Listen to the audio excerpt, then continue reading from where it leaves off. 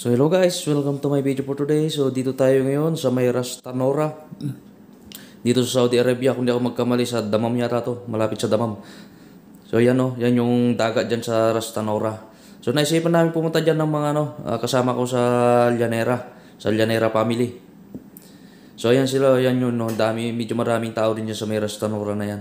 So first time ko kayang pumunta dyan sa Ras Tanura, kaya medyo na-ignorante pa ako dyan. Tapos first time kong pumunta dyan sa dagat. Pero maganda yung view dyan ha. In fairness ha. Buti na lang napasama ako sa Llanera family. Kung hindi ako napasama sa Llanera family, hindi pa sana ako makakarating dyan. So yan o, tingnan mo yung dagat o, ang ganda o. O yun. So yan o, medyo marami-raming tao. Yan yung lutuan namin o, yung may gasol pa. Yan kami nagpwesto eh. So yan, so yun yung mga tao dyan o. O sila yung mga nagpunta dyan sa Ras Tanura Beach. So yan o, tingnan mo, may mga tent pa o. Kami lang yung pinakamalit ng tent yun, no? Ayan o, si Kuya Ray. Yan yung mga kasama ko, yung Llanera family. Yan si Kuya Jojo, yung nagagawa doon sa papel. Yan si Kuya Vance, yung nakasombrero ng kulay puti. At si Kuya Diro, yung nakasalamin. So ayan sila o. Ayan si Kuya Vance. Si Kuya Dino. O Kuya Jojo, yun, may hawak ng kape. Maganda dyan eh, masaya dyan eh. First time ko, pasalamat na lang talaga ako na pasama ako sa Llanera. Kung hindi pa ako napasama ng Llanera, hindi ako makapunta dyan eh. O yan yung mga ibang kabayan natin na nandyan sa Ras Tanura. So kilala din pala itong Ras Tanura. Sikat na sikat din pala to sa Saudi Arabia. Na isa sa kilalang beach at isa sa kilalang puntahan ng mga Pilipino OFW dito sa Saudi Arabia. Hindi lang mga Pilipino, kahit Saudi at saka yung mga ibang lahi. So ayun o, tingnan mo naman o, ang dami nila o. Ganyan ka popular ang Ras Tanura.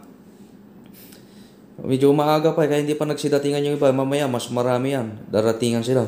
Ang dami kasi pumunta dyan ngayon gawa ng bakasyon. Sa Eid ngayon eh. Eid ba o Hajj? Hindi ako magkamali.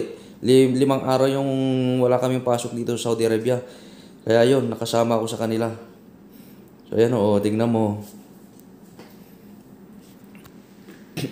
Tignan mo naman. So yan yung dagat o. Yan yung makasama ko o.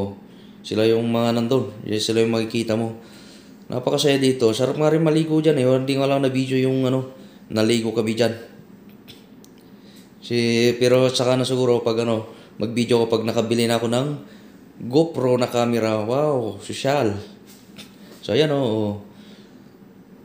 Medyo ma-ignorante nga lang ako sa beach kasi first time ko lang pumunta sa ganitong beach eh. Wow. Sana maulit-ulit to. Sana all. Pray lang kay God, manalig lang na maulit yung ganitong moment ulit. O yan yung dagat. Kakaiba talaga yan. Ang ganda ng alon. So ito tayo, o yan yung mga tent o. Yung mga kabayan lahat yan. Saan ka pa? Uy, may nagtatumbling na yata doon. So ang dami o.